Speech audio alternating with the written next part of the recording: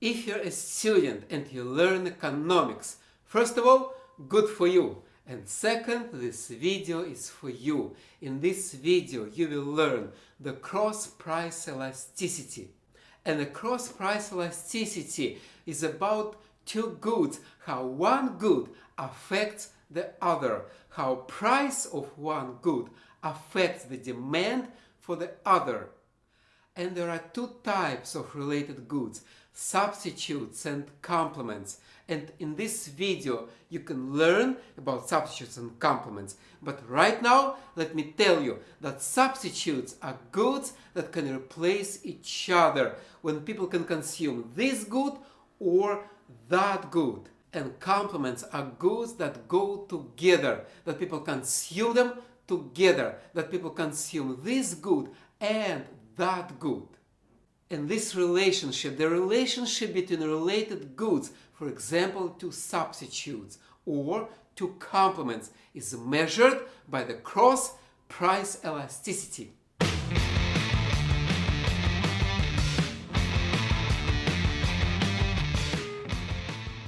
There are four main elasticities: price elasticity of demand, price elasticity of supply, income elasticity of demand, and this one, cross-price elasticity. And by the time students like you and professors like me reach the last elasticity, they're already tired. They have no energy to study one more elasticity.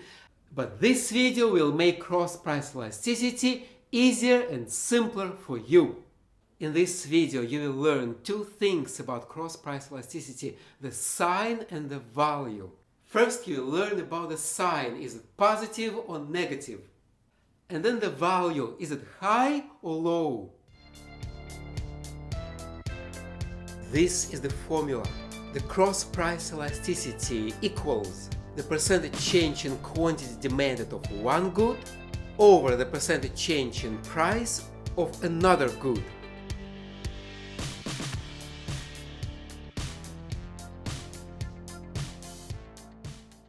First, let's get the easy stuff out of the way. For unrelated goods, for the goods that have nothing in common, the cross-price elasticity equals zero, obviously. For example, surfboards and tractors. They have nothing in common, they are unrelated goods. If the price of a tractor falls by 20%, the percentage change in price equals 20. The demand for surfboards will not change. The percentage change in quantity demanded for the surfboards will equal zero. So that the cross-price elasticity will equal 0 divided by 20, which will equal 0. But for related goods, for substitutes and complements, the cross-price elasticity will be positive or negative. Let's assume that tea and coffee are substitutes, and the price of tea goes up. Tea is more expensive. Then people will buy less tea and more coffee, and the demand for coffee will go up. Now, because the price went up, the percentage change in price will be positive.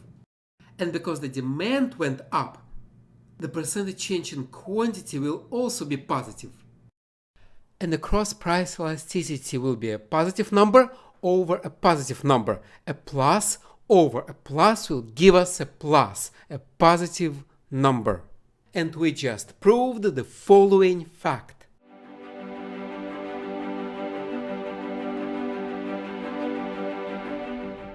Now let's do complements. Suppose coffee and sugar are complements. If the price of coffee goes up, coffee is more expensive, then people will buy less coffee and less sugar, and the demand for sugar will fall. Since the price goes up, the percentage change in price will be a positive number. Since the demand falls, the percentage change in quantity demanded will be a negative number. And the cross-price elasticity will be a minus over a plus, which will give us a minus. Cross-price elasticity will be negative. And we just proved the following result.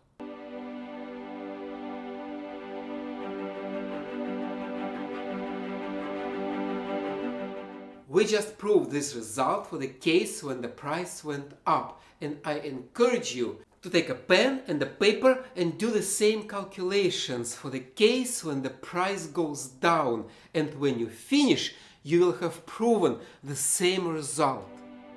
That the cross-price elasticity is positive for substitutes and negative for complements. That was about the sign of elasticity, a positive sign or a negative one. Let us now put the sign aside and discuss the value. The absolute value of the cross-price elasticity. Is it high or low?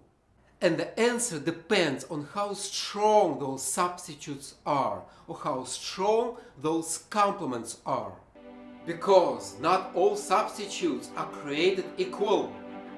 For example, this tissue is as good as this tissue. There is no difference between them. These tissues are perfect substitutes. And for perfect substitutes, the cross-price elasticity will be high, very high. A beef soup and a vegetable soup, they are not perfect substitutes, but they are strong substitutes. And for strong substitutes, the cross-price elasticity will be high. A soup and a banana. Of course, if you are hungry, you would prefer to have a proper meal. But if it's not available, you will eat a banana. So a banana and a soup are weak substitutes. And for weak substitutes, the cross-price elasticity will be low, closer to zero.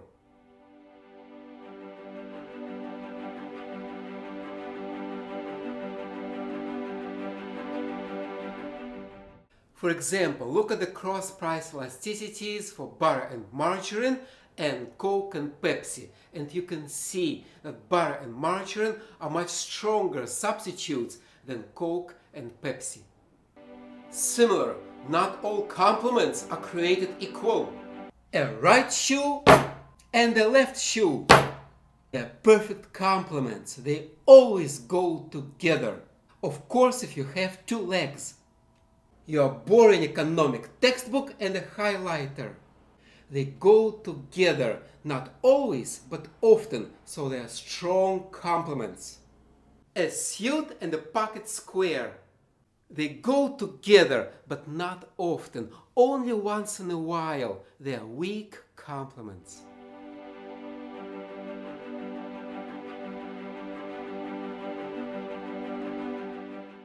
Look at cross-price elasticities for tuna and bread and transport and recreation. And you can see that tuna and bread are much stronger complements than transport and recreation. So this was the video about cross-price elasticity, the sign, positive or negative, and the value, high or low. And I hope that this video was positive for you, because this video was a strong complement to your fantastic education. Stay tuned.